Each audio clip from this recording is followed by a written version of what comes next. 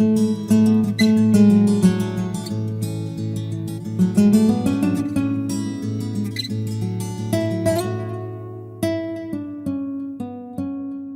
saludar a todos los que nos escuchan y nos siguen por las redes sociales.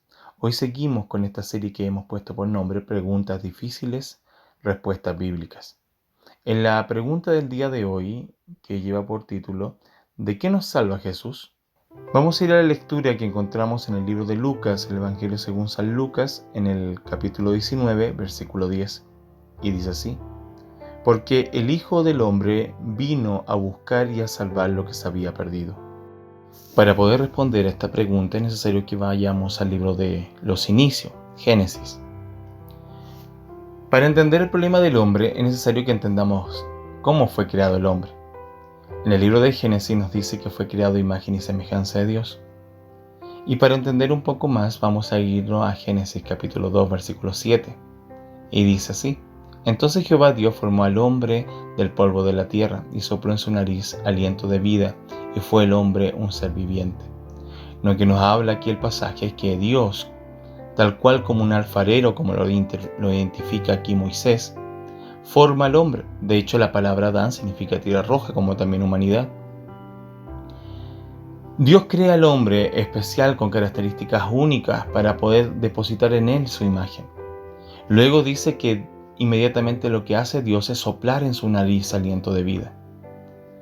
La palabra aliento de vida es lo que conocemos como ruach en el Antiguo Testamento, y en el Nuevo Testamento se conoce como pneuma, hablando sobre el Espíritu de Dios, el Espíritu Santo. Entonces podemos ver que el hombre en su esencia es un ser espiritual, ya que al ser imagen de Dios, y la Biblia nos dice en San Juan capítulo 4, versículo 24, hablando Jesús, dice que Dios es espíritu. Entonces, como tal, el hombre, con diferencia de toda la creación, es un ser espiritual. Este ser espiritual fue creado con la única función de ser representante de Dios y cargar su imagen, y de esta manera disfrutar de todo el beneficio de estar con Dios. El hombre era extremadamente feliz estando con Dios, no le faltaba nada. De hecho, Dios le hace una ayuda idónea a Eva, y los dos fueron una sola carne y disfrutaron de todas las bendiciones de Dios. Y antes que fuera creada Eva, Dios les da al hombre algo maravilloso, su palabra, su pacto. Esto lo encontramos en Génesis capítulo 2, versículos 16 y 17, y dice: Y mandó Jehová Dios al hombre, diciendo: De todo árbol del huerto podrás comer, mas del árbol de la ciencia del bien y el mal no comerás, porque el día de que él comieres ciertamente morirás. A esto le conocemos como pacto de obra. Dios le da como soberano a este hombre, representante de él, su pacto, su palabra, con el fin que pudieran de esta manera obedecerle y de esta manera afirmar la relación que ellos tenían. Dios es un Dios que expresa su amor a sus criaturas, y la forma para que sus criaturas pudieran disfrutarlo les da su palabra. De hecho, Jesús se identifica como la palabra. En el libro de Juan, en el capítulo 1, nos dice que Él es el Verbo. Él es la palabra de Dios. Y en el Nuevo Testamento nos afirma que incluso que Jesús, con el poder de su palabra, el cual que sustenta todas las cosas de la creación. Entonces Dios y la palabra son indivisibles, no se pueden dividir. De una manera decirlo, Dios estaba entregándose a sí mismo al hombre para que pudiera disfrutar de él y de su palabra. El hombre lo único que tenía que hacer era obedecer. Dios le había dado todas las características y todas las cosas para que él fuera un ser que pudiera cumplir con su pacto. Pero inmediatamente en el capítulo 3 de Génesis vamos a ver que toda la realidad cambia para Adán y Eva. Lo primero que encontramos en el versículo 1, que aparece un personaje. Dice: Pero la serpiente era astuta más que todos los animales del campo que Jehová Dios había hecho, la cual dijo la mujer: ¿Con que Dios ha dicho, no comáis de todo árbol del huerto? ¿Quién es esta serpiente? En el libro de Apocalipsis nos da mucha más claridad. En el capítulo 12, versículo 9. Dice: Y fue lanzado fuera el gran dragón, la serpiente antigua, que se llama Diablo Satanás, el cual engaña al mundo entero, fue arrojado. Entonces, lo que podemos ver y nos está explicando Juan en el libro de Apocalipsis es que Satanás es el mismo que la serpiente antigua. Se enfrenta a Adán y Eva al engaño de Satanás. Satanás inmediatamente viene con una malinterpretación de lo que Dios había dado en el huerto. Y vemos que Eva no tenía claridad del mensaje, ya que vemos que le agrega y le quita a este mensaje. Esto lleva a que ellos puedan pecar. De hecho, en el libro de Oseas, capítulo 6, versículo 7, refiriéndose el profeta como ejemplo sobre el suceso de Adán, dice lo siguiente: mas ellos, cual Adán, traspasaron el pacto y ahí prevaricaron contra mí. Lo que está dándonos luce el libro de Oseas es que Adán traspasó el pacto, la palabra de Dios.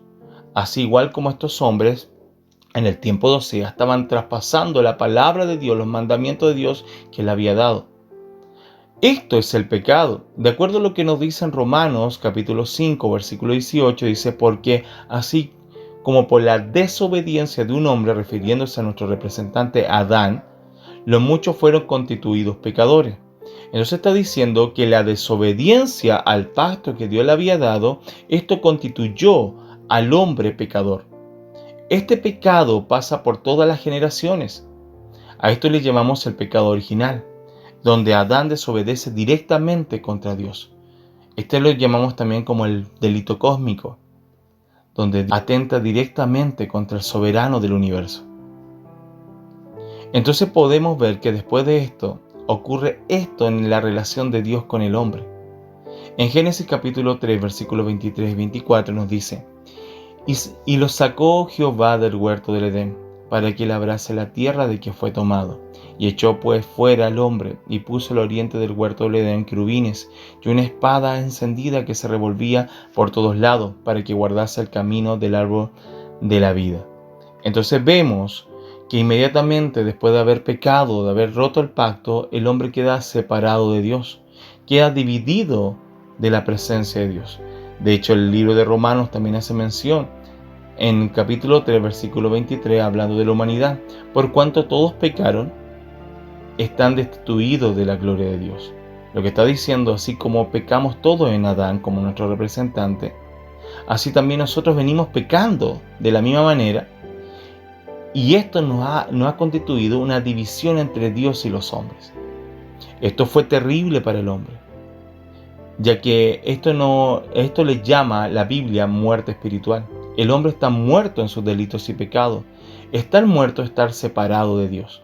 Entonces podemos decir que el problema fundamental del hombre es estar separado de Dios, producto por la influencia de Satanás y el pecado que es la desobediencia al pacto.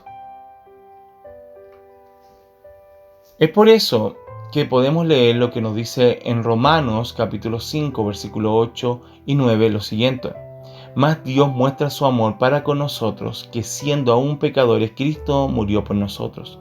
Lo que nos está diciendo este pasaje es que aún nosotros, teniendo esta condición de pecado, de separación y de Satanás, Él mostró su amor. ¿Y cómo lo mostró? En que dio a su Hijo, Jesús el Cristo, por morir por nosotros. Y el versículo 9 dice: pues mucho más, estando ya justificado en su sangre, por él seremos salvados de la ira. Entonces lo que está diciendo, que en última instancia de lo que Jesús vino a salvarnos es de la ira de Dios. Pero para poder salvarnos de la ira de Dios, tuvo que resolver estos tres problemas del hombre: la separación, el pecado y Satanás. ¿Y cómo lo hizo Jesús? De hecho, la palabra Jesús significa Salvador o el que salva. Asimismo, el título de Cristo es lo que yo hacía mención en la enseñanza pasada, que la palabra Cristo es la misma que encontramos en el Antiguo Testamento como Mesías. En el español significa ungido. Esto invoca a tres oficios del Antiguo Testamento que se ungían con aceite. Estos eran reyes, sacerdote y profeta. De hecho, la labor del rey era combatir y proteger a su pueblo del enemigo. Así es por eso que Jesús vino como el verdadero rey del trono de David para vencer una vez y para siempre a Satanás. De hecho, en Génesis capítulo 3, versículo 15, dice que la simiente de la mujer iba a derrotar una vez y para siempre, pisando la cabeza de la serpiente. Esto, como lo diría en Romanos capítulo 16, versículo 20, que en poco vendrá el Señor y pisará para siempre la cabeza de Satanás, invocando la segunda venida del Cristo. Ya le dio la sentencia en la cruz. Él está totalmente sentenciado en el momento que fue crucificado el Hijo de Dios, Jesús el Cristo. Él venció en el terreno de Satanás, en la muerte, lo venció ahí en la cruz. Lo que también vemos que en el oficio del sacerdote tenía que ver con el pecado. De esta manera, Jesús, siendo el Cristo, siendo el verdadero sacerdote, como diría cierto hebreo de la orden de Melquisedec, nos entregó una ofrenda perfecta que fue su propio cuerpo, y con esto lo hizo una vez y para siempre, y así poder librarnos del pecado, el cual el hombre está esclavo. Y tercero, la labor del profeta era entregar la palabra para que el hombre volviera a Dios. Pero el problema que nos muestra constantemente los profetas en el Antiguo Testamento es que aunque el hombre se arrepintiera y por un momento pudiera tener comunión, inmediatamente se rompía. ¿Por qué? Porque el corazón del hombre era malvado y esta situación del problema no podía ser solucionada. Es por eso que Jesús vino no solamente como un mensajero más, sino que Él vino a entregarnos su propia palabra. ¿Y cuál es su propia palabra? Es Él mismo. Él es el Verbo. Él es el mensaje de las Escrituras. Él es el Cristo. Ya que vemos que todas las Escrituras en el Antiguo Testamento lo que hace es mención de Él. Todo apuntan hacia Él. Como dirían en Hebreos capítulo 12, versículo 2, cuando habla de estos hombres del Antiguo Testamento, cómo fueron ellos puesto a prueba y a dónde estaban mirando para manifestar su fe, dice, puesto los ojos en Jesús, el autor y consumador de la fe. Es que en el Antiguo Testamento todo nos lleva hacia Jesús. El Nuevo Testamento es la representación, es el cumplimiento de todas estas profecías. Jesús vino a cumplir todo esto.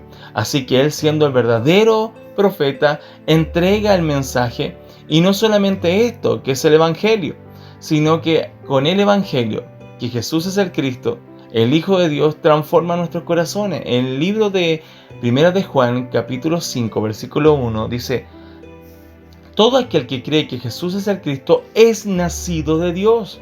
Esto habla de un nuevo nacimiento, una condición totalmente distinta a la caída del hombre. Esto hace que ahora nuestro corazón pueda abarcar y pueda tener la palabra de Dios y de esta manera poder cumplirla y ser obediente a lo que no fue Adán o no fue Israel. Nosotros podemos serlo gracias a la persona de Jesús, el Cristo, el Hijo de Dios. Entonces, ¿de qué nos salvó? Nos salvó de estar separado de Dios, del pecado y Satanás. Y esto nos libró de la ira de Dios. Y esto lo hizo por intermedio de la cruz y la resurrección.